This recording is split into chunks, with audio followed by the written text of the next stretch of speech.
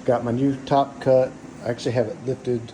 I still gotta do some touch-up paint anyways, but I got it lifted so it's easier. I'm gonna go ahead and put the Odie's oil and protect the bottom side and around those edges all the way around since it's a rental property. But I was just gonna show you. You need the final finishing pad. That's what you'll use as your applicator pad. So you'll start with this one. Make sure all your surface is clean. I've already sanded it, prepped it. They actually have a pretty good video on their website. This is food safe, which is huge, and solvent free. Guy shows it not doing it with gloves on. I definitely tried that when I first got it because I had to cover all these butcher blocks already across everything. It's all covered for right now, but got all that covered, even back here. So stuff's not bad to work with. Just it's hard to get off. It's like a grease when you get it on your hands. So I just wear gloves, even though it won't hurt you. It's just annoying for me if you like clean hands. So here's your 3M pad. There's the part number if you need it. It's good to have that. I use it to clean engine parts and stuff like that too. Light cleaning. It's not very abrasive. So basically you gotta stir everything up. You can see how much I've used. It's got a broken paint stick.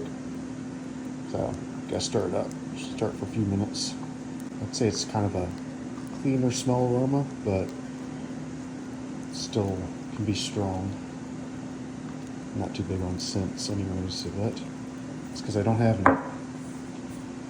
Alright, so I got my applicator, and basically once you get it mixed up good, you'll just dab some out, move everything out of the way. See the color change, that's what's fun. Alright, let's do this. I'm gonna have to move the camera. I'm trying to get on everything. So I'm just gonna shimmer a little bit there. This is what you're gonna use. It doesn't say use a microfiber, it says use just like a cloth terry towel. I got more. This is just a scrap piece donor. Because once you apply it, you let it sit so it soaks in for like 20, 30 minutes, maybe 40 minutes, and then you come back and wipe it down. And that's all it is to it. So I'll keep that jar nearby.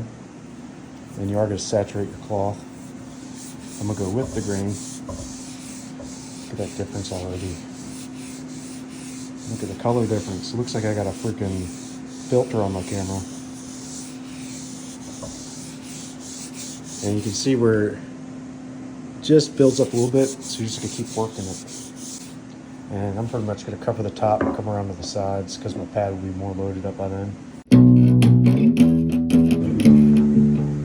We'll put you all in the pot rack. Goodbye.